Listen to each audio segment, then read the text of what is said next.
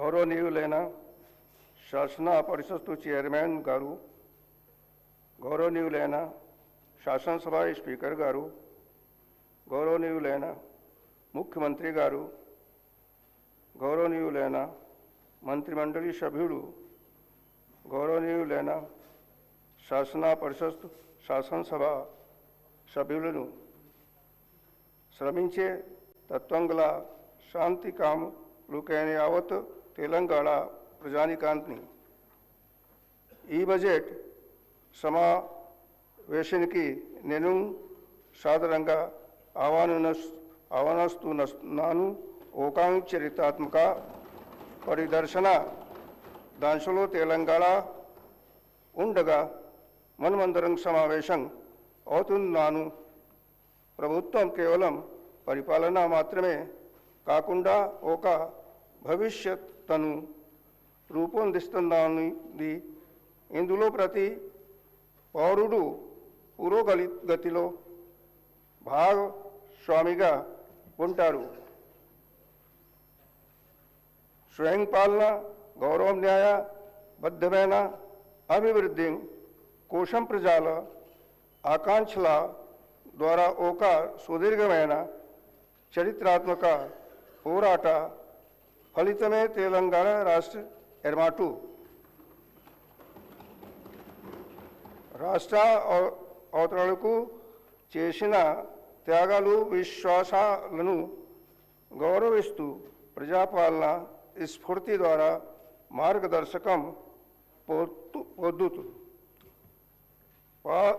పాలనలో పౌరులను కేంద్ర విధంగా ఉంచడానికి ద్వారా ప్రతి కుటుంబానికి, సమాజంలోని ప్రతి వర్గానికి అభివృద్ధి ప్రయోజనాలు అందేలా చూడడానికి నా ప్రభుత్వం కట్టుబడి ఉంది. ప్రజాపాలన మార్గదర్శక సూత్రాలను నా ప్రభుత్వం దృఢంగా విశ్వసిస్తుంది. అంటే ప్రజా కేంద్రీకృత పరిపాలన. ఇక్కడ ప్రతి విధానం, నిర్ణయం మరియు కార్యాచరణలో ప్రజా సంక్షేమము, న్యాయం, గౌరవం కేంద్రం బిందువుగా ఉంటాయి.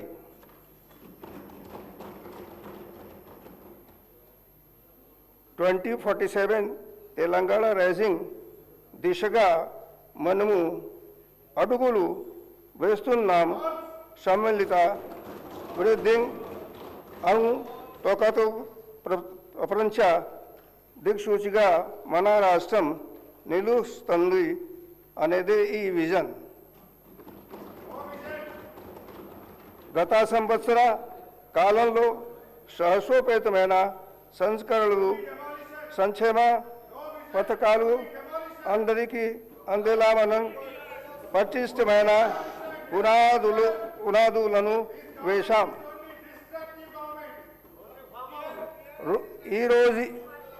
ఈరోజు ఈ ప్రయోజనాలను సంఘటితం చేసి అందరికీ గౌరవప్రదమైన విశ్వస్తు సమృద్ధి దిశగా మనలను నడిపించే ఒక రోడ్ మ్యాప్ను నేను మీకు అందిస్తున్నాను.